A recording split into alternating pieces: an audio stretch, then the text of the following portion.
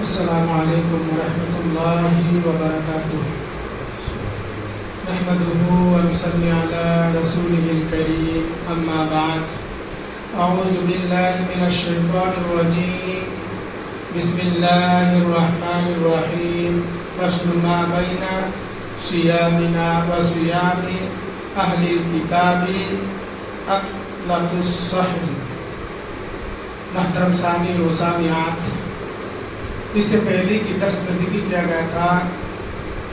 کہ روزے کے آداب میں سے ایک ادب یہ بھی ہے کہ سحری کرنا، اور اللہ تبارک و تعالیٰ نے روزے دار کے لیے سحری کو مشروع قرار دیا ہے، اور سحری اللہ تبارک و تعالیٰ کی نعمت بھی ہے، رحمت بھی ہے، رسول اللہ صلی اللہ علیہ وسلم کی سنت بھی ہے، اور سحری کرنے والوں پر اللہ تبارک و تعالیٰ رحمت بھیجتا ہے، اللہ تعالیٰ کے فرشتے ان کے لیے مغفرت کی دعا بھی کرتا ہے۔ محترم سامعین و سامعات، اسی طرح سے سحری کرنا اہل کتاب کی مشابہات سے بچنا ہے۔ اللہ کے رسول صلی اللہ علیہ وسلم کا ارشاد ہے، فصل ما بین صیامنا و صیام اہل الکتاب اکلۃ السحر۔ اللہ کے نبی صلی اللہ علیہ وسلم نے ارشاد فرمایا ہے کہ ہمارے اور اہل کتاب کے روزے میں فرق کرنے والی چیز ہے سحری کرنا، لہٰذا جو شخص اہل کتاب کی مشابہات سے بچنا چاہتے ہیں تو انہیں چاہے کہ سحری کے بغیر روزہ نہ رکھا کرے۔ اللہ کے نبی صلی اللہ علیہ وسلم نے اس حدیث مبارکہ میں فرماتے ہیں کہ ہمارے اور اہل کتاب کے روزے کے درمیان فرق کرنے والی چیز یہ ہے کہ سحری کرنا، یعنی اہل کتاب سحری کے بغیر روزہ رکھتے ہیں اور ہم سحری کر کے روزہ رکھتے ہیں، لہٰذا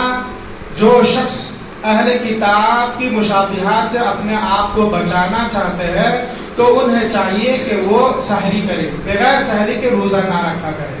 معلوم کیا ہوا؟ اہل کتاب جو ہے سحری کے بغیر روزہ رکھتے ہیں اور ہم مسلمان سحری کر کے روزہ رکھتے ہیں۔ روزے میں اہل کتاب اور ہمارے روزے میں فرق کرنے والی چیز سحری ہے۔ محترم سامعین، اسی طرح سے سحری میں کھجور بھی کھانا ایک مستحب عمل ہے۔ رسول اللہ صلی اللہ علیہ وسلم کا ارشاد ہے، نعم سحور المؤمن التمر۔ اللہ کے نبی صلی اللہ علیہ وسلم نے ارشاد فرمایا، کھجور مومن کے لیے بہترین سحری ہے، یعنی مومنوں کے لیے کھجور ایک بہترین سحری ہے، یعنی سحری میں کھجور کھانا بھی ایک سنت ہے، ایک مستحب ہے، اللہ کے رسول صلی اللہ علیہ وسلم کھایا کرتے تھے۔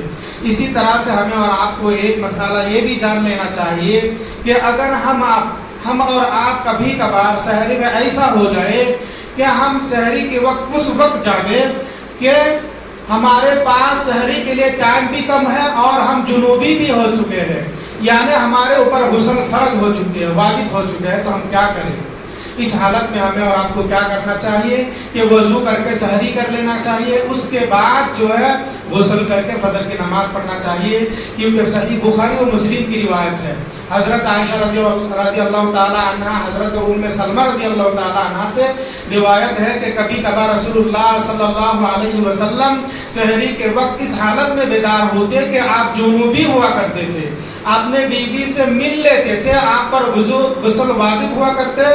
تو آپ صلی اللہ علیہ وسلم کے ہاتھ میں سحری کا وقت کم ہوا کرتے تھے، تو آپ صلی اللہ علیہ وسلم سحری بھی کر لیتے اور غسل بھی کرتے، اس کے بعد فجر کی نماز ادا کرتے۔ اس حدیث کی تشریح میں محدثین کرام نے لکھے ہیں کہ نبی اکرام صلی اللہ علیہ وسلم کبھی کبھار بیوی سے ہم بستری کر لیتے اور آپ پر غسل واجب ہو جاتے، اور آپ ایسی حالت میں اس وقت میں جاگتے، بیدار ہوتے کہ آپ کے ہاتھ میں ٹائم بہت کم ہوتی، آپ اگر غسل کرنے جاتے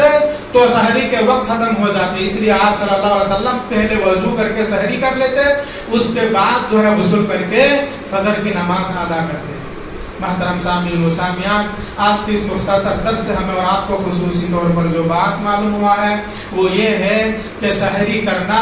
اہل کتاب کی مشابہات سے بچنا، کیونکہ اللہ کے نبی صلی اللہ علیہ وسلم نے فرمایا ہے کہ ہمارے اور اہل کتاب کے روزے میں فرق کرنے والی چیز سحری کھانا ہے۔ اہل کتاب سحری نہیں کرتے، ہم سحری کرتے ہیں۔ اسی طرح سے بھی معلوم ہوا کہ سحری میں کھجور کھانا بھی مستحب ہے، اور یہ بھی معلوم ہوا ہے کہ اگر کوئی شخص جنوبی ہو جائے، ان پر غسل واجب ہو جائے اور ان کے ہاتھ میں ٹائم بہت کم ہے تو پہلے وضو کر کے سحری کر لے، اس کے بعد غسل کر کے فجر کی نماز ادا کرے۔ لہٰذا ہمیں اور آپ کو چاہیے کہ ہم ان احادیث پر دھیان رکھیں، اگر کبھی ہمیں ایسا ہو گیا تو ہم اس طرح سے عمل کریں، اور ہم ضرور کا ضرور اہل کتاب کی مشابہات سے بچتے ہوئے سحری کھایا کریں۔ اللہ تبارک و تعالیٰ سے دعا ہے کہ اللہ تعالیٰ ہم تمام کو ان احادیث پر عمل کرنے کی توفیق عطا فرمائے۔ اللہم آمین یا رب العالمین۔ سبحانک اللہم و بحمدک، اشہد ان لا الہ الا